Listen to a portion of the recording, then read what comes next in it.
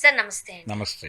Cockroach Janata party ఢిల్లీలో చేస్తున్న ఈ పార్లమెంటు ముట్టడికి సంబంధించి ఆహ్, మనం చూస్తూనే ఉన్నాం. అక్కడ ఒక ఇబ్బందికరమైన పరిస్థితి ఉంది. ఓకే. అక్కడ పోలీసులు వ్యవహరించిన తీరు ఒక ఎత్తు. అరెస్ట్ చేసే టైంలో ముఖ్యంగా ప్రియాంక గాంధీ గారి పట్ల వ్యవహరించిన తీరు ఇదంతా ఒక పక్కైతే, వీళ్ళు సుప్రీం కోర్టుకి వెళ్ళినప్పుడు అక్కడ అక్కడ చెప్పిన జడ్జి గారి మాటలకి ఒక్కసారిగా దేశం అంతా విస్మయం వ్యక్తం చేసింది. వీడియోలు చూసే టైం మాకు లేదు. ఓకే. మా టైం వేస్ట్ చేయొద్దు. మీ టైం వేస్ట్ చేసుకోవద్దు అన్నట్టు కూడా కాదు. అవే అవే వ్యాఖ్యలు బయటకొచ్చాయి. అవును. ఏం చెప్తారు మీరు? అంటే పట్టించుకోకపోవడం అనేది నిజంగానే క్షమార్హం కాదది. ఒక పక్కన యూత్, పర్టికులర్‌గా స్టూడెంట్సు వాళ్ళు ఢిల్లీలోనే ఆందోళన చేస్తున్నారు. వాళ్ళెక్కడో మారుమూల ప్రాంతాల్లో కూర్చొని చేయట్లా. టోటల్ మీడియా అక్కడే ఉంది. దాని మీద పాజిటివ్ ఆర్ నెగిటివ్ ఆ వార్తలతోనే అన్ని ఛానల్స్ నడుస్తున్నాయి. పర్టికులర్‌గా జాతీయ మీడియాలో అది డిస్కసివ్ పాయింటే. నెగిటివ్ ప్రచారం చేయటం కోసం కూడా దాన్ని ఎక్కువ టైం కేటాయించారు దానికి. ఇంత జరుగుతున్నప్పుడు నాకు తెలీదు అనటం కుదరదు. అంటే మాకు ఆ టైం ఉండదు అంటే దేనికి ఉంటుంది టైము? ప్రతి ఒక్కరూ ప్రపంచంలో ఏం జరుగుతుందో ఒక ఐ వేసి ఉంచుతారు. సామాజికంగా ఏం జరుగుతోంది అనేది తెలియకుండా మీరు బెంచ్ మీద కూర్చుని ఎలాంటి జడ్జిమెంట్లు ఇస్తారు, ఏం జరుగుతుందో తెలియకుండా అంత రిజిడ్గా ఉంటే, కాబట్టి తెలియకుండా ఉండటం అనేది కరెక్ట్ కాదు. అది ఆయన నిరాకరించాడు ఈ గోల్ని. అంటే ఆయనలో ఎక్కడో అసలు ఈ కార్యక్రమం మీదే వ్యతిరేక ధోరణి ఉంది. దానికి సాకుగా ఇది మాట్లాడాడు అంతే. అంతే తప్ప ఆయనకి ఏదో చెయ్యాలని ఉండి చూడటానికి టైం లేక, చూడక, తెలియక ఏదో నిర్ణయం తీసుకోవటంలో కొంచెం అసౌకర్యం కలిగింది అన్న టోన్లో తీసుకోకూడదు దాన్ని. యాక్చువల్గా ఇది చాలా సెన్సిటివ్ ఇష్యూ సార్. అవును. పిల్లల భవిష్యత్తు మీద ఆధారపడి ఉన్న అంశం ఇది. ఇంతమంది పిల్లలు, పేరెంట్స్ ఇంత ఇబ్బందులకు గురయ్యారు. ఇది నీట్ పేపర్ మాత్రమే కాదు, 152 ఎగ్జామ్స్కి సంబంధించిన పేపర్స్లో జరిగిన అవకతవకలకు సంబంధించిన ఇష్యూ. సాక్షాత్తు గౌరవనీయమైన కోర్టు వారే ఇలా చెబితే ఇంక న్యాయం ఎక్కడ దొరుకుతుంది? అంటే ఈ లీకేజీలు వీటన్ని అసలు ఆ కాక్రోచ్ జనతా పార్టీ అనేది పుట్టిందే చీఫ్ జస్టిస్ గారి అభిప్రాయాల్లో నుంచి పుట్టింది. వాళ్ళన్నమాట వీళ్ళు పార్టీ పేరు పెట్టుకున్నారు. కాబట్టి దీన్ని కొంచెం ప్రత్యేకంగా చూడాల్సిన అవసరం ఉంది. వీళ్ళ మాటలని, వీళ్ళ ఆచరణని కొంచెం ప్రత్యేక దృష్టితో చూసి స్పందించాల్సిన అవసరం కోర్టుకు ఉంది. కానీ కోర్టు చాలా ఇబ్బందికరంగాను, కొంత స్టేట్ అనుకూల వైఖరిని ప్రదర్శించినట్టుగానే నాకు అనిపించింది. అంటే ఇండివిజువల్ బాడీ దాని ఇంటిగ్రిటీని నిలబెట్టుకోవడం కోసం అయితే ఈ వ్యవహారాన్ని అలా చూడలేదు. వాళ్ళు ఏదో పద్ధతిలో దీని మీద ఒక నెగిటివిటీ ఉంది మనసులో ఎక్కడో, అది పనిచేసింది. అది పనిచేసి ఆ మాటలు బయటకు వచ్చాయి.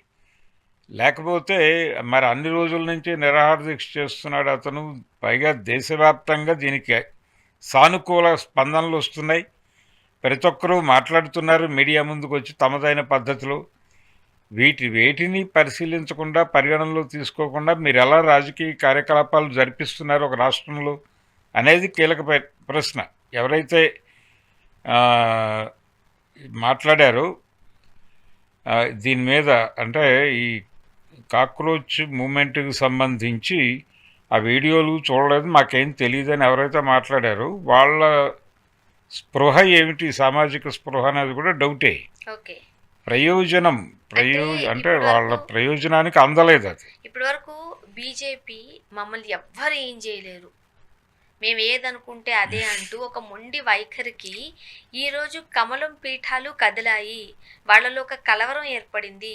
సాక్షాత్తు ప్రధాని నరేంద్ర మోదీ గారే ఒక్క సెకను తుళుక్కుపడ్డారు, ఆలోచిస్తున్నారు అన్నట్టుగా ఇదంతా నడుస్తోంది ఉద్యమం అంటున్నారు.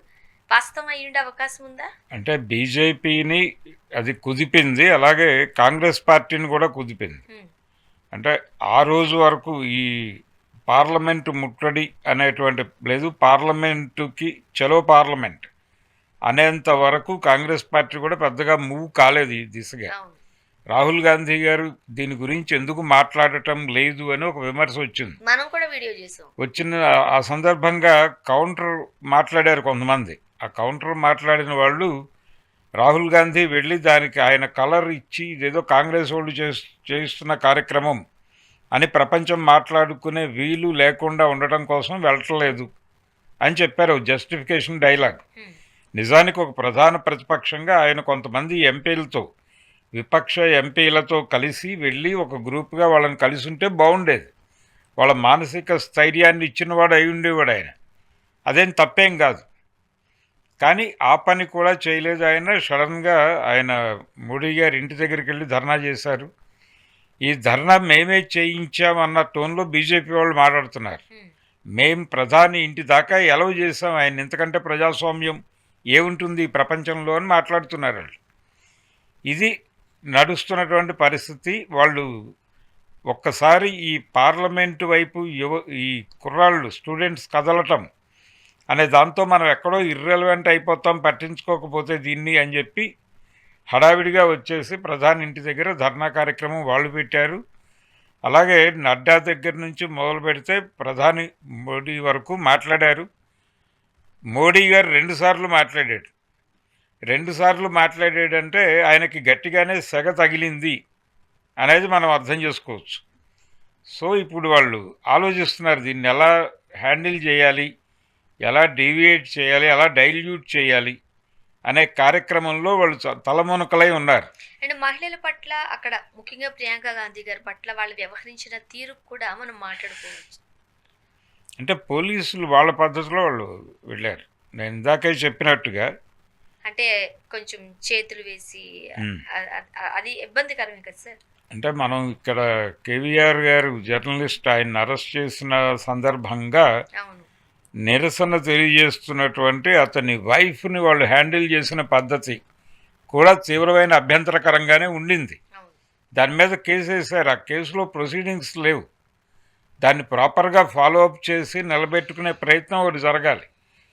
అంటే కోర్టుల్లో కేసు వేసిన తర్వాత అది మనకేం సంబంధం అనుకుంటారు, కానీ అక్కడి నుంచే పని మొదలవుతుంది. మొదలై దాన్ని యాక్టివ్గా ఉంచటం అనేది కేసు పెట్టిన వాడి కర్తవ్యంగా మారాలి. అలా చేస్తే బాగుంటుంది నిజానికి. ఇక్కడ ఎవరు పడితే వాళ్ళు అంటే మహిళల్ని పట్టుకునేటప్పుడు మహిళా కానిస్టేబుళ్ళు ఉండాలి అనేది కూడా లేదు. ప్రియాంక ఒక్కతే కాదు, అవును. మిగిలిన మహిళల పట్ల కూడా వాళ్ళు వ్యవహరించిన తీరు, బయటకు వచ్చిన ఫుటేజ్, ఫోటోలు అలానే ఉంది. చాలా ఇబ్బందికరంగా ఉంది. అది కొన్ని ఏఐ క్రియేటెడ్ అని మాట్లాడుతున్నారు, కానీ ఏఐ క్రియేటెడ్ కాని ఫోటోలు కూడా చాలా బయటకు వచ్చినాయి. వాటిలో కొంత ఇబ్బందికరమైనటువంటి ఫోటోలు కూడా ఉన్నాయి. పోలీసులు అలా చేయటం అనే దాని మీదే వాళ్ళ మీద కేసు పెట్టి లోపలయ్యచ్చు. వాళ్ళ ఆడపిల్లలతో బిహేవ్ చేసిన పద్ధతికి సంబంధించి, అలాగే ఆందోళనకారులు విద్యార్థులతో వాళ్ళు వ్యవహరించిన పద్ధతి మీద సుమోటోగా కూడా కోర్టు స్పందించవచ్చు, కానీ స్పందించలేదు. ఇది ఒక దారుణమైనటువంటి పరిస్థితి. ఇప్పటికైనా బీజేపీ దిగొస్తుందంటారా? అయితే చిన్న కదలిక వచ్చింది. జనాలందరూ మాట్లాడేస్తున్నారు దీని మీద, బాలేదు, బ్యాడ్ క్రియేట్ అవుతుంది అని ఒక చిన్న జంక్ ఉంది, అందుకని మాట్లాడుతున్నారు అంతే. కానీ వీళ్ళు కూడా సీజేపీ వాళ్ళు కూడా మేమైతే రాము, వాళ్ళనే వచ్చి మా దగ్గరికి చర్చల్లో పాల్గొమని. అసలు జరగవలసిన పద్ధతి అదే. వాళ్ళ దగ్గర నుంచి మీరు ఒక మంత్రివర్గ ఉపసంఘం వేయొచ్చు. ఇప్పుడు ప్రధాని పదే 2 సార్లు మాట్లాడాడు కాబట్టి ఒక పార్లమెంటరీ ఉపసంఘాన్ని వేయండి ఈ పని మీద పరిశీలి చేయటానికి. వాళ్ళకి పని అప్పచెప్పండి, వాళ్ళు వచ్చి వీళ్ళతో నిరంతరం మాట్లాడతారు. మాట్లాడి కలిసి కార్యాచరణ చేసి ఏదో ఒక నిర్ణయం తీసుకుంటారు. ఆ నిర్ణయాన్ని ప్రభుత్వం ఆమోదిస్తుందా లేదా అనేది వేరే గొడవ. చూద్దాం ఏం జరగబోతుంది. ముందైతే వీళ్ళని కలిపి కూర్చోబెట్టడానికి ఒక గ్రౌండ్ ఉంది. ఆ గ్రౌండ్ వర్క్ కూడా చేయటం లేదు వీళ్ళు, జస్ట్ ఏదో అలా పాస్ ఆన్ చేస్తున్నారు అనేది అయితే క్లియర్గా ఉంది. చూద్దాం. ఇది మంచి పద్ధతి కాదు. Thank you so much.